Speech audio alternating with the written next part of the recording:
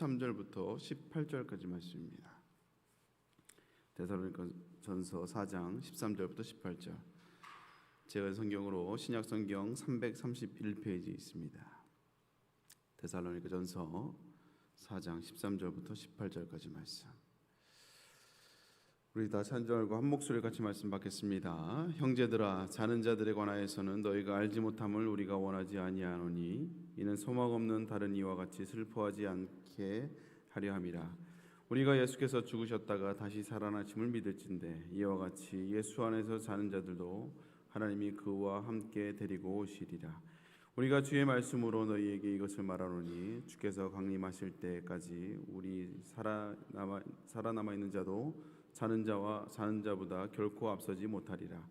주께서 호령과 천사장의 소리와 하나님의 나팔 소리로 친히 하늘로부터 강림하시리니 그리스도 안에서 죽은 자들이 먼저 일어나고 그 후에 우리 살아남은 자들도 그들과 함께 구름으로 끌어올려 공중에서 주를 영접하게 하시리니 그리하여 우리가 항상 주와 함께 있으리라. 그러므로 이러한 말로 서로 위로하라. 아멘. 데살로니가전서 8번째 말씀입니다. 영원을 사모하라는 제목으로 함께 은혜를 나눕니다. 우리가 신앙생활을 하면서 우리가 무엇을 믿는가를 그 믿음의 내용이 분명히 있어야 합니다. 그래서 신앙은 무턱대고 신앙을 사는 게 아니라 내가 무엇을 믿고 있는지를 분명히 알고 있어야 되죠. 최소한 그 믿음의 시작과 끝을 우리가 분명히 알고 있어야 됩니다. 그 시작은 뭐예요? 예수 그리스도를 우리가 구주로 고백하고 영접하는 것이죠. 내가 죄인임을 깨닫고 그리고 나의 죄를 위해서 예수님이 십자가에 대신 죽으신 이 대속 사건과 그리고 주님이 다시 부활하셨음을 믿는 것입니다. 그리고 끝은 무엇입니까? 종말론적인 신앙인데 예수님이 다시 재림하시고 또 심판하러 오심을, 또 우리는 그 주님과 함께 부활의 영광을 누리게 되는 바로 이 재림신앙, 바로 부활신앙을 말하는 것이죠. 여러분, 이 사실을 분명히 믿고 고백하며 나갈 수 있는 저와 여러분 될 수 있기를 주님으로 축복합니다. 그런데 오늘도 이제 데살로니가 교인들도 이 문제를 다루고 있어요. 계속해서 다루고 있지만 사도 바울이 데살로니가에 도착해서 겨우 3주 정도 이제 복음을 전했다고 했잖아요. 근데 3주 동안 전한 사도 바울이 전한 복음은 믿음의 시작과 끝에 관련된 내용이었습니다. 그래서 그 시작은 예수가 바로 하나님의 아들이고 그리스도의 메시아라는 사실, 그리고 죽은 자 가운데 다시 살아 부활하심을 역설하였고요. 그리고 이제 끝에 관련된 내용, 그 주님이 다시 오심을, 그 심판하러 이 땅에 다시 오실 것임을, 재림주로 오실 것임을 이제 종말론적인 메시지를 전했죠. 나중에 이제 디모데가 이 데살로니가 지역을 방문해 보니까 이 데살로니가 교인들이 겨우 3주 복음을 전했지만 그 전했던 복음을 잘 받아들이고 신앙을 잘 지키고 있었음을 이제 우리가 살펴보았습니다. 근데 이들이 믿음을 갖게 됨으로 인해서 부딪히는 현실적인 문제도 있죠. 이제 크게 세 가지인데 그것을 가지고 이제 데살로니가 전서를 이제 편지를 통해서 다루고 있죠. 그래서 현실적인 세 가지 문제는, 첫 번째는 이제 박해에 대한 문제입니다. 예수 그리스도를 이제 믿음으로 말미암아 이제 박해가 찾아와서 이 문제를 어떻게 해결할 것인가에 대한 이슈를 다뤘고, 또 두 번째는 이제 거룩의 문제예요. 하나님 우리를 거룩하게 살기 원하는데 우리가 지난 시간에 살펴본 것처럼 데살로니가 지역이 이제 우상 숭배가 만연했던 지역이었습니다. 이것은 이제 성적인 탈옥과 연관이 되어 있었고, 즉 음란과 연결이 되어 있었다는 거예요. 그래서 어떻게 하면 거룩하게 살 것인가를 우리가 지난 시간에 살펴봤고요. 이제 마지막으로 우리가 다룰 것이 종말에 대한 이제 문제였습니다. 왜냐하면 그 당시에는 초대교회 성도들은 데살로니가 성도들뿐만 아니라 초대교회 성도들은 주님이 곧 오실 줄 알았어요. 재림에 대한 이 대망 사상이 있었습니다. 곧 임하실 그 재림. 그래서 내 살아생전에 주님이 오실 줄 알았거든요. 근데 이제 그들이 기대했던 것과는 달리 주님의 재림이 점점 좀 지연이 되는 거예요. 그리고 그 와중에 고난과 핍박이 계속되면서 교인 중에 주님의 재림을 경험하지 못하고 죽는 사람들이 생기는 것입니다. 그래서 이들의 생각 가운데 어떤 마음이 있었냐면 살아생전에 주님을 만나야 그래야 완전히 100점짜리가 되는 거예요. 근데 주님을 만나지 못하고 먼저 죽으면 우리가 누릴 수 있는 그 영광이 마치 이제 영광의 일부가 좀 감소가 되는, 만약 100점짜리 구원이었다 그러면 미리 죽으면 이제 한 뭐 70점 정도 되는 이제 그렇게 이제 사람들이 받아들였다는 것입니다. 그래서 주님 전에 그들의 오멸망 마음은 주님이 빨리 오시길, 내가 살아생전 주님의 부활을, 재림을 빨리 경험하기를 원했는데 점점점 이게 늦어지는 거예요. 그래서 사랑하는 사람이 죽는 것도 슬픈데 그 영광까지도 감쇄되는 게 이게 너무 속상하고 이게 너무 두려운 사실이었다는 것이죠. 그래서 데살로니가 교인들이 종말론에 갖고 있던 질문이 크게 두 가지였어요. 예수님이 오시기 전에, 재림하기 전에 죽은 사람들은 어떻게 되는가? 이 영광이 감쇄되지 않는가? 이거에 대한 질문이 있었고요. 그 질문에 대한 답을 우리가 읽었던 본문에서 4장에서 주고 있습니다. 그 두 번째 질문은 뭐냐면 언제 주님 오시냐 이거예요. 언제 오시냐 이거예요. 언제까지 기다려야 되느냐. 이거에 대한 답은 이제 5장에서 이제 다루고 있습니다. 이거 이제 다음 시간에 살펴보게 될 텐데, 오늘 우리가 다루고 있는 내용, 주님이 오시기 전에 죽는 사람들은 어떻게 되는가? 영광이 감쇄되거나 이거 좀 불안한데 이거 어떻게 되느냐에 대한 이제 질문이죠. 그에 대한 사도 바울은 답을 이렇게 해주고 있습니다. 우선 13절에 자는 자들이라고 얘기하고 있어요. 자는 자들. 잔다는 말은 뭡니까? 이제 깬다는 얘기죠. 그러니까 죽은 게 아니고 자는 자들이라고 얘기했어요. 그리스도 안에서 자는 자들. 그래서 이것은 부활할 것을 의미하는 것이고, 그러면서 이제 슬퍼하지 말라고 먼저 데살로니가 교인들을 위로해주고 있는 것을 보게 됩니다. 그리고 죽는 자들에 대해서, 재림 전에 죽는 자들에 대해서 이렇게 얘기를 하고 있죠. 우리 15절 말씀 같이 한번 읽어볼까요? 읽습니다. 시작. 우리가 주의 말씀으로 너에게 이것을 말하노니 주께서 강림하실 때까지 우리가 살아남아 있는 자도 자는 자보다 결코 앞서지 못하리라. 이제 이 말은 뭐냐면, 쉽게 얘기하면 우리가 살아있을 때 주님을 직접 재림을 경험하는 것이나 아니면 뭐 먼저 죽어서 있는 자들이나 그 영광의 차이는 없다 이거, 똑같다 이거예요. 그러니까 두려워할 필요가 없다라고 이야기를 하고 있다라는 것입니다. 이렇게 하면서, 왜냐하면 우리는 뭐 당연하겠지만 당시 이 데살로니가 교인들에게는 주님이 오시기 전에 먼저 죽는 것에 대한 두려움이 있었거든요. 영광이 감쇄되거나 우리가 누려야 될 영광들이 혹시나 작아지지는 않는지 그거에 대한 두려움이 있었기 때문에 절대 그렇지 않다, 똑같다라고 얘기를 하고 있습니다. 그래서 오늘 데살로니가전서 4장 말씀과 또 요한계시록 20장에 있는 말씀을 좀 연결해서 생각해 보면, 그래서 이 구원의 이 재림에 대한 여정을 잠깐만 설명해 드리면, 우선 계시록 20장에 보면 이런 말씀이 나요. 첫째 부활과 둘째 사망에 대해서 얘기를 합니다. 여러분, 첫째 부활과 둘째 사망을 이야기하는데, 이제 첫째 부활, 둘째 사망을 얘기한다는 말은 이제 첫째 사망도 있고 둘째 부활도 있다라는 것을 이제 의미하는 거예요. 그래서 요 네 가지를 좀 살펴보려고 합니다. 첫째 사망은 무엇이냐? 육체의 죽음을 말하는 거예요. 이거는 믿는 자나 안 믿는 자나 다 동일합니다. 그래서 신자나 불신자 모두에게 해당하는 이제 육체의 죽음을 말하는 것이고요. 그러면 첫째 부활은 무엇이냐? 이것은 믿는 사람에게만 해당이 됩니다. 약간 제가 이걸 다룰까 말까 하다가 새벽이라 좀 잘 따라오셔야 됩니다. 제가 이거 해놓고 괜히 했나 싶을 마음이 들지 않도록 잘 따라와 주셔야 돼요. 제가 짧게 요약해서 말씀을 드리니까.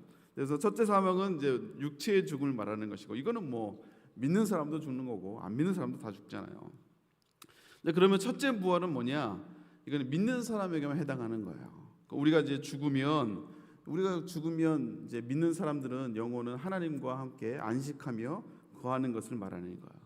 주님과 함께, 하나님과 함께 안식하며 거하고 있는 것을 말하는 것입니다. 이것을 이제 첫째 부활, 믿는 자에게만 해당하는 것이죠. 그러면 두 번째 부활은 무엇이냐?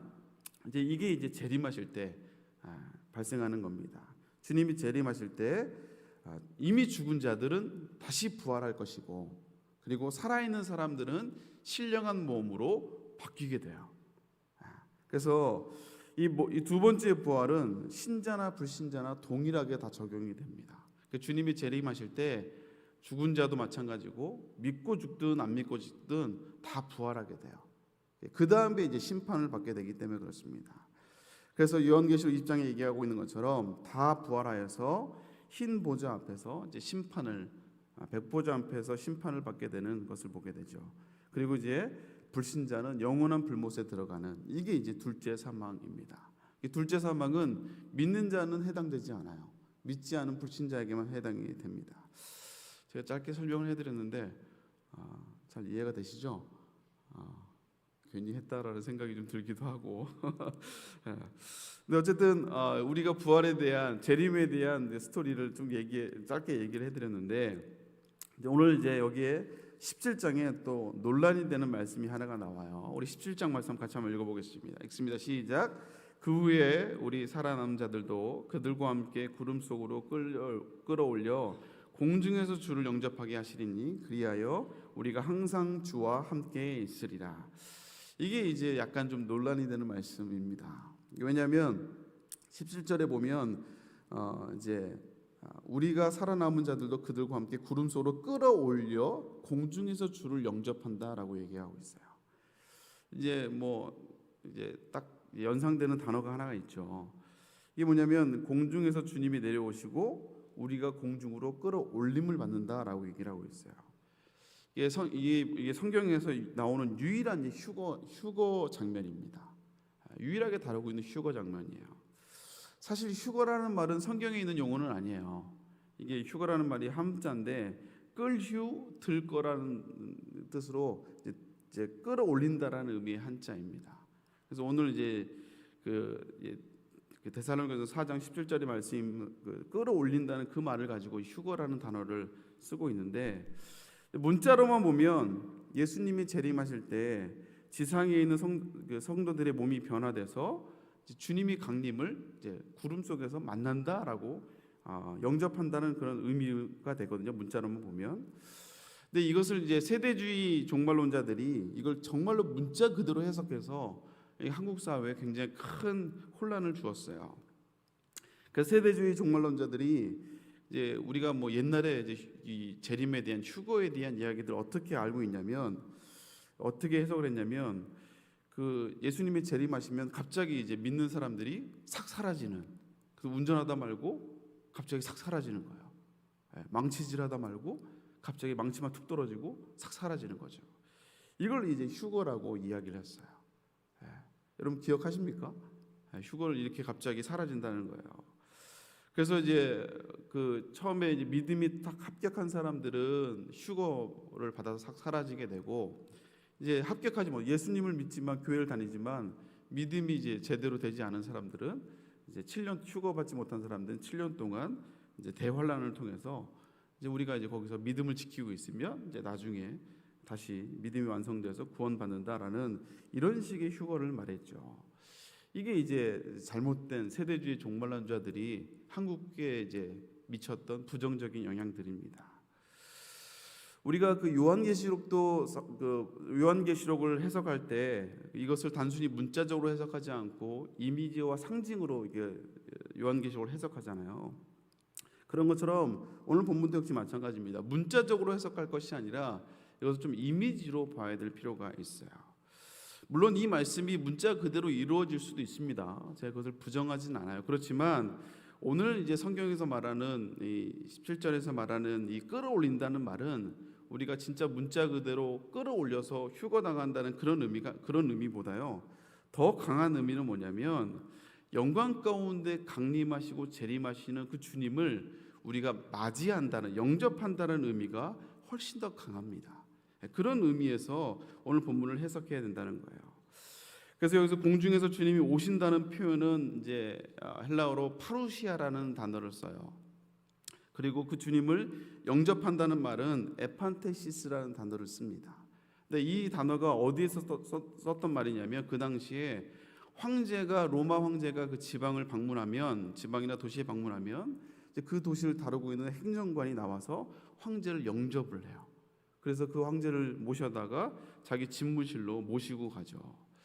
그래서 황제가 그 도시를 방문하는 그 단어, 그 용어가 뭐냐면 파루시아였어요. 그리고 그 황제를 영접하는 그 단어가 에판테시스라는 단어를 썼습니다. 그 당시에 흔히 썼던 단어예요. 황제를 영접하고 황제가 방문하고 황제를 영접하는 단어가 이게 바로 파루시아고 에판테시스라는 단어거든요. 이 사도 바울이 이 단어를 그대로 지금 본문에 쓰고 있다라는 거예요. 그래서 예수님이 재림하셔서 이 땅에 강림하실 것을 파루시아라는 단어를 쓰고 있고, 그리고 그 재림하시는 그 주님을 영접하는 것을 에판테스라는 단어를 그대로 사용하고 있다라는 것입니다.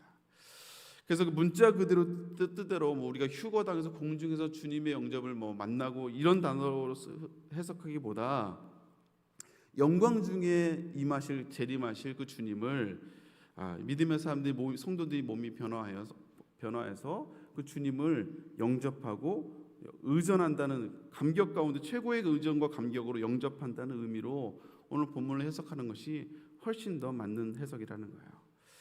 그리고 이렇게 주님을 영광 가운데 영접한 이후에 그 뒤에 뭐라 그래요?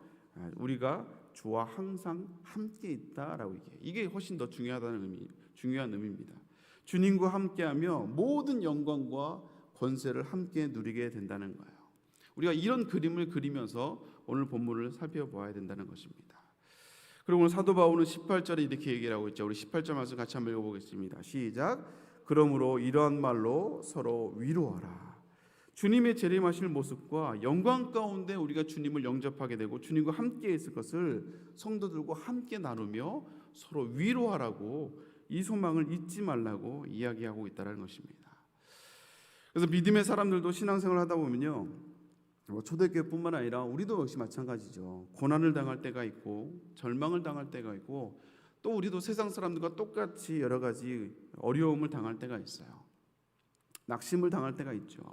그러나 우리가 종말에 대한 소망, 재림에 대한 소망을 갖고 있으면 이 땅에서 우리가 나르는 정말 이해할 수 없는 고난과 역경을 당한다 할지라도 지금의 고난을 견뎌낼 수 있는 힘과 능력을 갖게 된다는 것입니다.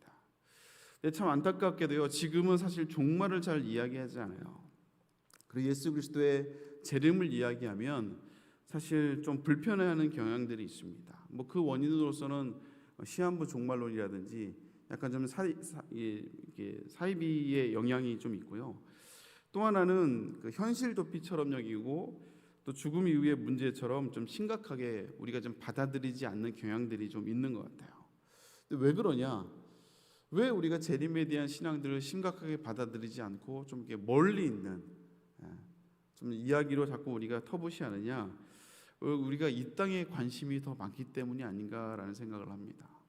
우리가 살아가는데 훨씬 더 관심이 많은 거예요. 그래서 어떻게 하면 내가 더 많이 성공하고, 어떻게 하면 우리가 더 많은 걸 갖고, 어떻게 하면 더 많은 걸 누리는 거에 훨씬 더 많은 소망을 두기 때문에 주님의 재림을 좀 생각하는 것 좀 불편해한다는 것이죠. 그러나 이런 모습은요, 믿음의 사람들의 신앙 가운데 절대 바람직한 모습은 아닙니다. 아까 제가 신앙생활에 믿음에서 정말 중요한 것이 처음과 끝을 분명히 우리가 알고 점검하고 가야 된다고 그랬어요. 예수 그리스도를 나의 구주로 영접하는 이 스타트와, 그리고 마지막 우리가 주님이 다시 한번 이 땅에 재림하고 심판하실 것에 대한 분명히 처음과 끝을 분명히 알고 가야 된다고 말씀을 드렸듯이, 우리가 이 재림에 대한 소망을 우리가 기억하고 고백하고, 오늘 사도 바울은 그 재림을 다시 한번 기억하며 성도들과 함께 서로 이러한 말로 서로 위로하라고 이야기를 하고 있잖아요. 계속해서 고백하고 기억하고 언급해야 된다고 이야기를 하고 있습니다. 우리가 초대교회를 정말 힘있게 지탱해 줬던 가장 큰 원동력은 다른 게 아니고요, 이 바로 재림에 대한 재림 대망 사상이 있었기 때문에 그래요. 초대교회 성도들은 그들에게 서로 했던 인사들은 뭐냐면 마라나타였어요. 마라나타, 주 예수여 어서 오시옵소서. 초대교회 성도들의 인사가 바로 그거였어요. 그 고난 가운데 정말 핍박과 박해가 있었지만 그들의 신앙을 지키며 소망을 잃어버리지 않았던 이유는 주님이 다시 오실 것에 대한 이 소망이 분명히 있었기 때문에, 계속 기억하며 고백하고 있었기 때문에 초대교회를 힘있게 지탱해 주었던 힘이 되었다는 것입니다. 이거는 초대교회만이 아니라 교회사를 보면요, 교회가 살아있을 때를 보면 이 재림에 대한 상이, 재림 신앙이 살아있을 때 교회가 살아있는 것을 보게 된다는 것입니다. 우리는 매 주일마다 사도신경을 고백하면서 저리로서 산자와 죽은 자를 심판하러 오시라는 이 심판주에 대한 고백을 우리가 매주 고백을 합니다. 매주 고백을 해요. 그렇지만 이렇게 고백하면서도 우리가 더 이상의 주님의 재림을 그렇게 기다리거나 생각하지 않는 모습이 혹시 우리 삶 가운데 있지 않은지 다시 한번 돌아보길 원합니다. 사랑하는 성도 여러분, 갑자기 우리가 메시지가 왔잖아요. 갑자기 왔잖아요. 우리 주님도 언제 오실지 모릅니다. 갑자기 도적같이 온다고 얘기하고 있어요. 우리가 다시 한번 과연 정말 우리가 소망을 이 땅에 과연 두고 있는지, 아니면 자꾸 잊혀져가는 그 주님이 다시 오심에 대한 이 재림에 대한 소망을 다시 한번 말씀을 통해서 기억하고, 또 우리 삶 가운데 우리 자녀들에게, 또 함께 신앙생활하는 성도들에게, 또 고난과 여러 가지 어려운 가운데 있는 성도들에게 함께 나누고 있는지를 다시 한번 돌아봐야 된다는 거예요. 이걸 잃어버리면 사실 신앙의 위기가 닥친다고 해도 무방합니다. 사랑하는 성도 여러분, 오늘 다시 한번 이 새벽에 오늘 사도 바울이 역설하면서 또 초대교회 성도들이 정말 부르짖으며 선포했던 이 재림에 대한 신앙, 주님의 다시 오심, 마라나타의 신앙, 주 예수여 어서 오시옵소서, 이 마라나타의 신앙이 저와 여러분들의 소망의 근원이 되고 그 믿음의 근거가 되는 저 여러분 될 수 있기를 주님의 이름으로 축복합니다. 함께 기도하겠습니다. 사랑의 하나님, 오늘 초대교회 성도들의 정말 가장 중요했던 기본적인 신앙, 주님이 우리의 구주이심을, 또한 마지막 끝인 주님이 다시 오심에 대한 이 재림의 신앙, 마라나타를 고백했던 이 재림의 신앙이 다시 한번 우리의 신앙의 기본이 될 수 있도록, 우리의 고백이 될 수 있도록 은혜 허락하여 주옵소서.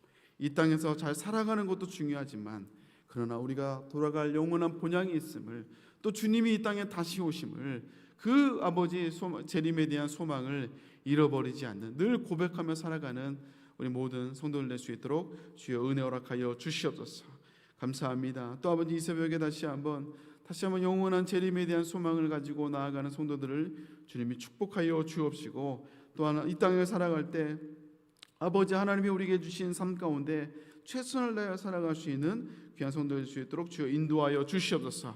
감사합니다. 여러 가지 감사에 물러들어지는 모든 기도의 제목들 아버지 함께하여 주옵시고, 사명을 위해서 놓고 기도하며, 또 작정한 영혼들 놓고 기도하며, 또 여러 가지 가정과 또 사업장과 자녀들 놓고 기도합니다. 입시 중에 있는 우리 자녀들 하나님 축복하여 주옵시고, 하나님 우리 자녀들 아버지 더욱더 인도하여 주옵시며, 믿음의 세대로 살아갈 수 있는 우리 아버지 세대의 자녀들 다 될 수 있도록 주여 인도하여 주시옵소서. 여러 가지 또 1,000번 제물을 드립니다. 또 프라미스 생명 전도헌금으로 하나님께 영광을 돌려드립니다. 모든 기도 제목을 하나님 함께하여 주옵시고, 이 땅에 살아가며 하나님의 인도하심과 하나님의 역사하심을 고백하며 살아가지만, 그러나 우리의 진정한 소망은 영원한 천국에 있음을 고백하며 살아가는 귀한 성도들 될 수 있도록 주여 인도하여 주시옵소서. 오늘 천하의 백관도 주님이 함께하시고 담임 목사님 말씀을 증거하실 때 능력으로 함께하여 주옵시고, 말씀으로 하나 되는 믿음의 공동체가 될 수 있도록 주여 인도하여 주시옵소서. 감사드리며 예수님의 이름으로 기도 올려옵나이다. 아멘. 하늘에 계신 우리 아버지여, 이름이 거룩히 받으시오며 나라의 마옵시며 뜻이 하늘에서 이루어진 것 같이 땅에서도 이루어지리라. 오늘날 우리에게 일용할 양식을 주옵시고, 우리가 우리에게 지은 자를 사하여 준 것 같이 우리의 죄를 사하여 주옵시고, 우리를 다만하게 쏘고옵소서. 대개 나라와 권세와 영광이 아버지께 영원히 있사옵나이다. 아멘. 우리 함께 기도하며 나갈 때 오늘 말씀을 기억하면서 기도하시길 바랍니다. 우리가 여러 가지 삶의 문제가 해결되는 것도 작은 소망이겠지만, 그러나 우리의 진정한 소망은 영원한 천국이, 또 다시 재림하실 그 주님을 소망하는 것이, 마라나타 주 예수여 어서 오시옵소서 고백하는 것이 우리의 진정한 믿음의 사람들의 진정한 소망인 줄로 믿습니다. 이 재림에 대한 소망을 잃어버리지 않는 우리가 성도들 되게 하여 주옵시고, 영원한 천국을 바라보며 오늘 하루도 믿음으로 살아가는 귀한 성도들 될 수 있도록 하나님 함께 해달라고 말씀을 기억하며, 또 여러분 각자 기도 제목을 놓고 주여 세 번에서 기도하고 돌아갑니다. 주여 주여